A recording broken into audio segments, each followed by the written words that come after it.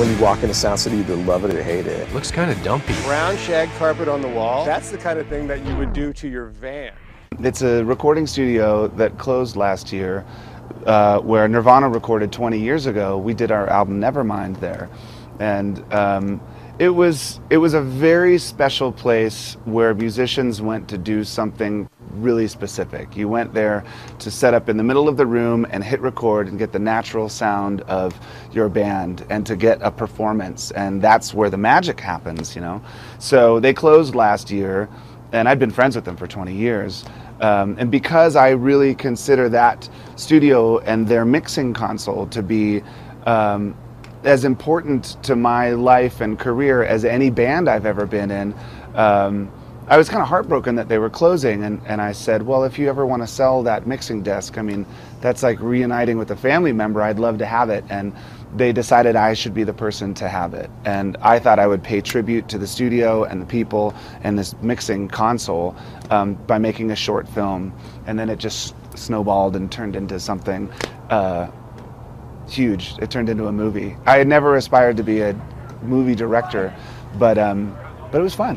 As with making albums or making music, you want to capture those moments. Like, that's what you're trying to do. You want to capture, you want to get the lightning in the bottle, you know, you want to capture a moment.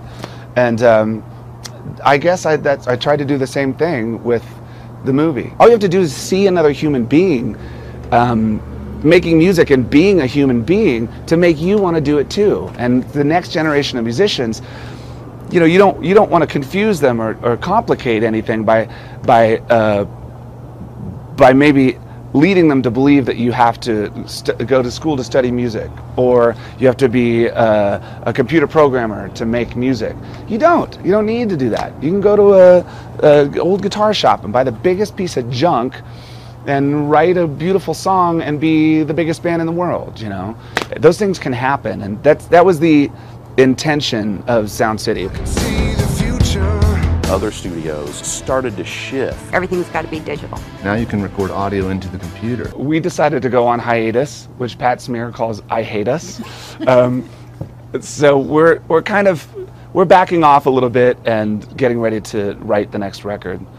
And it's funny, in the Sound City movie, the debate of analog versus digital and the conversation when it turns to technology. I think people think I'm Amish or something like that I would never use a computer. But my iPhone right now is filled with the next Foo Fighters record, because every time I come up with an idea, I hit record on this thing and just go bam. And there's 50 songs in my phone right now that I'm dying to record with the band.